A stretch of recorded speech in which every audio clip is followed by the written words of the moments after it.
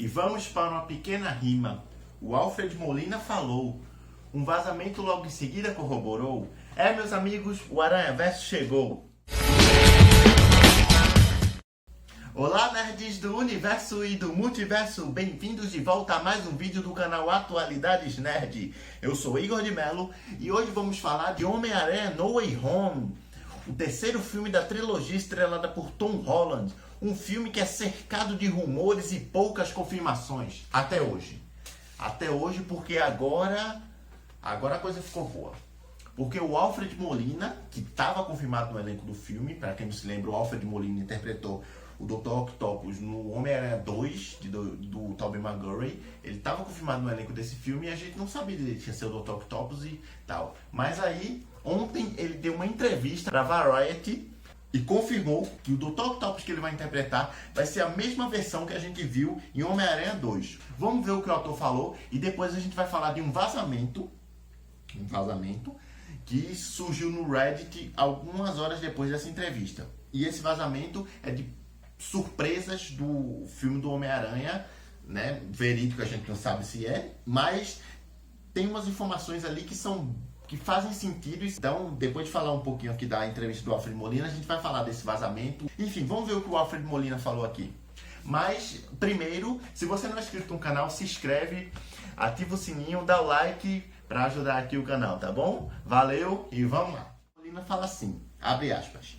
Foi maravilhoso e muito interessante voltar ao mesmo papel depois de 17 anos. Quando conversei pela primeira vez com o Jon Watts, que é o diretor do filme do Homem-Aranha, eu falei, eu morri. Porque para quem não se lembra, o Dr. Octopus morreu em Homem-Aranha 2. A última cena que a gente tem do Dr. Octopus é ele afundando no rio, depois de derrubar aquela estrutura lá que estava um Trent. Aí, como é que o personagem vai voltar? Aí o Jon Watts resolveu responder uma coisa muito interessante aqui pra ele. Ele falou o seguinte, nesse universo, ninguém realmente morre. Já dando a confirmação de que o Dr. Octopus não morreu e sobreviveu de alguma forma. Aí você pensa, mas como será isso? E o próprio Alfred Molina já meio que respondeu como a gente vai ver o Dr. Octopus. Ele disse o seguinte, que ele demonstrou preocupação pro Jon Watts pelo fato de que agora ele já tem 67 anos.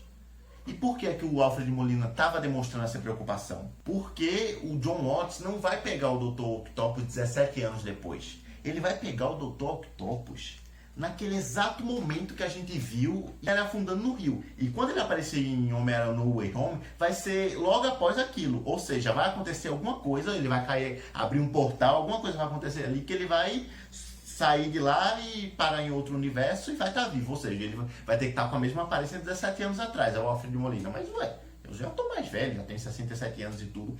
Aí, Jon Watts olhou para o Alfred Molina e falou o seguinte, você viu o que fizemos com Robert Downey Jr. e Samuel Jackson? O rejuvenescimento digital?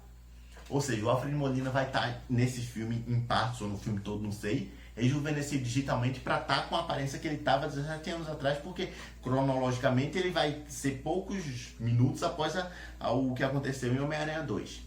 E aí o ator falou que, dito isso, o principal movimento físico dele então era só olhar de forma ameaçadora enquanto os braços faziam todo o estrago.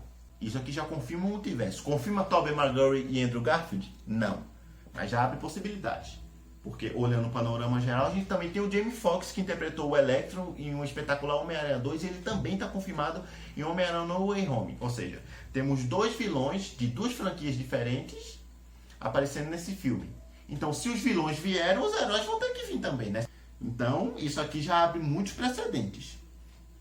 Aí agora vamos falar do vazamento que teve no Reddit, e esse vazamento ele se conecta com o que o Alfred Molina falou. É bem interessante. Vamos ver aqui o que o vazamento foi. Uma publicação do Reddit de um usuário conhecido como Spider Forever 245. Ele revelou as principais surpresas do filme.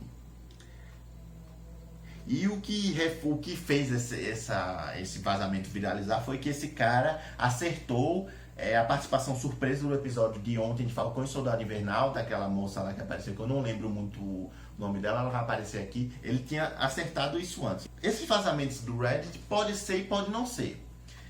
Já aconteceu muitas vezes de os caras vazarem coisas assim no Reddit e anos depois de confirmar. Vazaram o roteiro de Mulher Maravilha 84, 2 anos antes do filme estrear. Star Wars também vazou. Então, essas publicações é bom ficar de olho porque às vezes são realmente pessoas que estão dentro da produção e vão lá no Reddit e falam o que está acontecendo. Claro que eles não vão botar o nome de verdade nem a foto. Eles não vão dar a cara a tapa, senão toma um belíssimo processo da Marvel, né? Aí tem que criar um perfil. Mas vamos ver o que ele falou aqui. As principais coisas que ele falou. Né? Ele diz o seguinte, que o filme começa logo depois do Longe de Casa. Então temos um salto de tempo com Peter Parker aparecendo no tribunal e tentando provar sua inocência. Aqui, muito ok. Com certeza vai acontecer exatamente isso. A gente vai ver o Peter tentando provar a inocência dele. E aí depois o Doutor Estranho aparece para alertar que há algo de errado no multiverso e vilões de outros mundos invadem a realidade dos heróis. O Alfred Molina vai ser a mesma versão do Homem-Aranha 2 e vai estar nessa realidade. E aí o Doutor Estranho está tentando capturar esses vilões para colocá-los em uma prisão especial que ele criou. E ó, essa fuga dos vilões só foi possível por conta de alguma coisa que o Peter fez durante sua visita no Sanctum Sanctorum. Aqui eu fiquei meio assim, porque o Kevin Feige, o presidente da Marvel Studios, já deu algumas entrevistas falando dessa questão do multiverso e ele deu a entender que a Wanda que vai causar esse colapso no multiverso. Quem assistiu WandaVision viu que a Wanda tem poderes muito grandes, né? Mas aí o Kevin Feige deu a entender que seria o Wanda que causaria o colapso do multiverso. Aí aqui fala que foi o Peter que fez alguma besteira ali. Eu não sei, pode ser, pode não ser aqui. Mas estamos falando do vazamento. Então tudo aqui pode ser que esteja tudo errado, pode ser que esteja tudo certo.